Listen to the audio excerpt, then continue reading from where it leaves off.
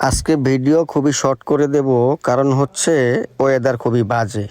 মানে বাসার থেকে আসার সময় দেখলাম যে মানে ওয়েদার একেবারেই বাজে, বৃষ্টির জন্য মানে কেমন যেন লাগতেছিল। তো ভাবতেছিলাম আজকে বের হবো না, আজকে ভিডিও দেব না।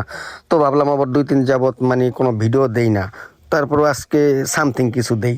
এই জন্য আইসি দেখি আবার রাসেল চলে আসছে শোরুমে। তো রাসেল চলে আসছে, রাসেল বলতেছে চলো একটু বাইরে থেকে ঘুরে আসি। তো বাইরে যে ওয়েদার, আজকে আবার ঠান্ডা, ঠান্ডার মধ্যে ভালো লাগতেছিল না, মানে মনে হয় কি শীত নেমে গেছে। যাই হোক, রাসেল দুষ্টামি করে বলতেছে আমি জ্যাকেট পরেছি। রাসেল আসলেও জ্যাকেট পরেছি আজকে, এরকম ঠান্ডা পড়ছে। তো আমি আর পরি নেই। যাই হোক, রাসেল বলতেছি কোথায় যাবা, তো বলতেছে চলো আমরা একটু বাইক দিয়ে ঘুরি, আজকে ঘুরবো, সূর্যটা জোস। মাঝখানে আবার সূর্যটা দেখা সূর্যের ভিডিওটা নিয়ে নিলাম, সূর্যটা সেই মাথা নষ্ট। তো রাসেল বলতেছিল চলো বাইক দিয়ে ঘুরবো। তো বাইক দিয়ে কোথায় ঘুরবো আর কোথায় যাব, কি করব, কই যাবা বলে আমরা আসতেছিলাম। তো বলতেছিল চলো আগে দর্জি বাড়ি যাই, দর্জি বাড়ি থেকে রাজীবের সাথে একটু আড্ডা দেয়া, এরপরে আমরা পুলিশ লাইন যাব, পুলিশ লাইন থেকে বাইপাসে যাব, বাইপাসে যাইয়া ওখান থেকে কফি টফি খাইয়া তারপরে চলে আসবো। আচ্ছা ঠিক আছে চলো। তো যাওয়ার সময় আমরা দর্জি বাড়িতে গিয়েছি, যাই আর আমরা দাঁড়াই নেই। রাজীব নামাজে ছিল, ব্যস্ত ছিল, আর ডাক দিই নেই। আমরা ওদিক দিয়ে রওনা দিয়ে আমরা পুলিশ লাইন চলে গেছি। তো পুলিশ লাইনও যায় দেখি ওই জায়গায়ও তেমন লোকজন নাই, একেবারেই ফাঁকা। মানে পুলিশ লাইন পুরো ফাঁকা। ওয়েদারটা একটু ভালো লাগতেছিল, কিন্তু একেবারেই ফাঁকা পুলিশ লাইন। ওই যে দেখেন পুলিশ লাইন পুরা ফাঁকা, কোনো লোকজন নাই। তো রাসেল বলতেছিলাম আসো আমরা এখানে একটু বইসা আড্ডা দিয়ে এরপর আমরা আঙ্গারিয়া যাই, মনরা মোড়ে যাই বা বাইপাসে যাই, যেখানে যাই। ও বলতেছিল না সামনে যায় দাঁড়াবো একবারে ইসের গেটে। এটা আবার ওর প্রিয় জায়গা, এই জায়গাটা আবার ও খুব পছন্দ করে রাসেল।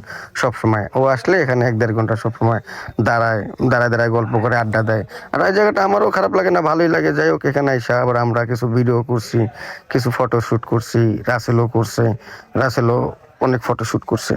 তো এর মধ্যে বলতেছি চলো তাহলে আমরা বাইপাসে যাই কফি টফি খাইয়া তারপর আবার আমরা রওনা দিই। রাসেল বলতেছিল যে না বাইপাসে এখন আর যাবো না, রাজীব ফোন দিয়ে ফেলছে, চলো রাজীবের ক্লোজ হয়ে গেছে, ও আবার আমাদের জন্য বসে থাকবে, কারণ 7টার মধ্যে রাজীবের ক্লোজ হয়ে যায় ওর শোরুম। তো ও আবার আমাদের জন্য 1-1.5 ঘন্টা 2 ঘন্টা বসে থাকবে, দরকার নেই, চলো আমরা চলে যাই। ওকে ফাইন চলো। তা আমাদের আর চা কফি আজকে খাওয়া হয় নাই, আমরা দর্জি বাড়ির উদ্দেশ্যে রওনা দিয়ে ফেলছি।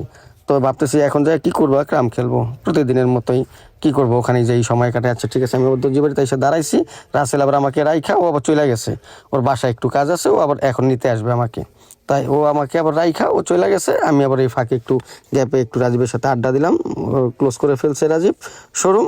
তো চলো কোথায় যাবা, তো সবাই কি করবো, চলো আমরা ক্রাম খেলতে যাই। তো ক্রাম খেলতে দিকেই মনে আসতেছে, আমাদের সবাই আসতেছে। তো আমরা এই ফাঁকে আমরা আগে রওনা দিয়ে ফেলছি। তো আজকে আর মেবি আমরা বাজারে আড্ডা দেবো, বাইরে কোথাও যাব না, ওরকম কোনো ভিডিও আপনারা পাবেন না। ওয়েদারের কারণে মনটাই ভালো না, কিসের ভিডিও করব, আবার মনটাও ভালো না, এমনিও মনটা ভালো না। মানে কোথাও যাইতেও মন চায় না, ভিডিও করতে মন চায় না, মানে কিছুই ভালো লাগে না। তো আমরা ক্রাম খেলে আবার চলে আসছি। আজকে ক্রামের ভিডিও আপনাদের দেই নাই, কারণ গতকালকে আপনাদের ভিডিও দিছি, ক্রামের অনেক বড় ভিডিও দিছি, এই জন্য ভাবছি একই ভিডিও আপনারা বারবার দেখবেন, এই জন্য ক্রাম খেললে অলরেডি আমরা অনেকক্ষণ চলে আসছি। তা আসার পরে আবার শোরুমে আমরা আড্ডা দিতেছি।